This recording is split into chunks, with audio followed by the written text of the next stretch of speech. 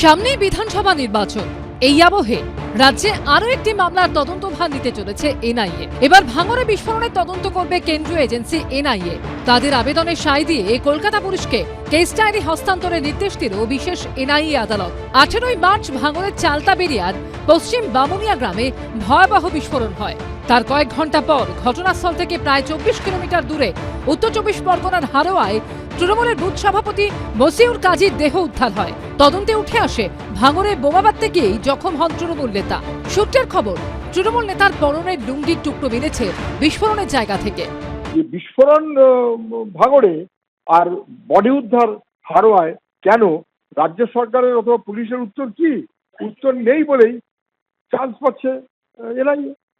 যদি এনআইএ সব করতে পারবে বা দারুণ করিতকর্মা সব ঠিক করবে, এত ভরসা করার মতো কোনো কারণ ঘটে। ঘটনাস্থল থেকে অ্যাম্বুলেন্সে করে তাকে নিয়ে পালানোর সময় পথেই মৃত্যু হয় তৃণমূল নেতা মসিউরের। এরপর হারোয়ার ঝুঝুরগাছার কাছে দেহ ফেলে পালিয়ে যায় অন্যরা। ইতিমধ্যে বসিরহাট থেকে গ্রেফতার করা হয়েছে সুজয় মণ্ডল নামে এক ব্যক্তিকে। পুলিশ সূত্রে খবর, তিনিও জেরায় স্বীকার করেছেন বিস্ফোরণে মৃত্যু হয়েছে তৃণমূলের বুথ সভাপতি মসিউর কাজীর। যে অ্যাম্বুলেন্সে করে হারোয়ায় দেহ নিয়ে যাওয়া হয়েছিল তার চালক সুরাজ মোল্লাকেও গ্রেফতার করেছে পুলিশ।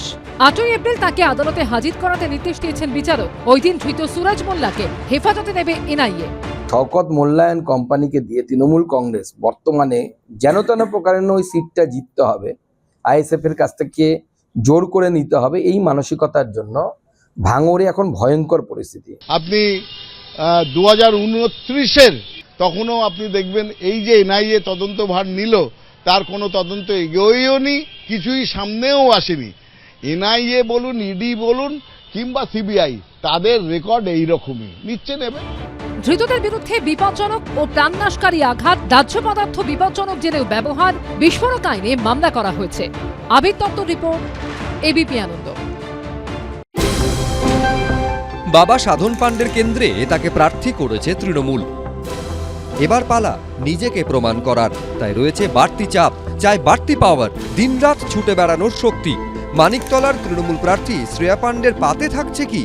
পিওরলি, যেরকম বলে পিওরলি শাকাহারি, পিওরলি নন ভেজিটেরিয়ান। ভেজিটেরিয়ানের বেশি ছোঁয়াছুঁই আমি খাই না, ডাইরেক্ট চিকেন খাই, ভাত খাই।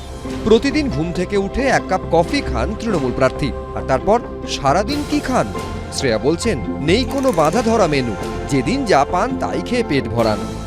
শরীরের নাম মহাশয়, যেটাই শোয়াবে সেটাই শয়। আমার যেখানে যেখানে প্রচার করছি সেখান থেকে আমার বাড়ি 10 মিনিট।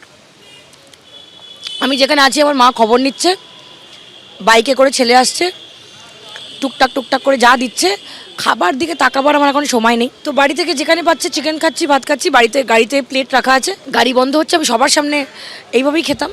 পছন্দের খাবার চিকেন ভাত হলেও শনিবার দুপুরে প্রার্থীর পাতে ছিল কচুরি আর লস্যি। যেখানে বসে আছি 31 নম্বর ওয়ার্ডে, এখানে সবাই সকালবেলা এই ক্লাব কচুরি আর আলু খায় আর লস্যি খায়।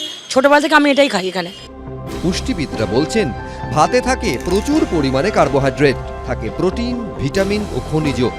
মুরগির মাংসে থাকে প্রোটিন, ভিটামিন ও ক্যালসিয়াম। তা থেকেই দিনভর শক্তি পান শ্রেয়া।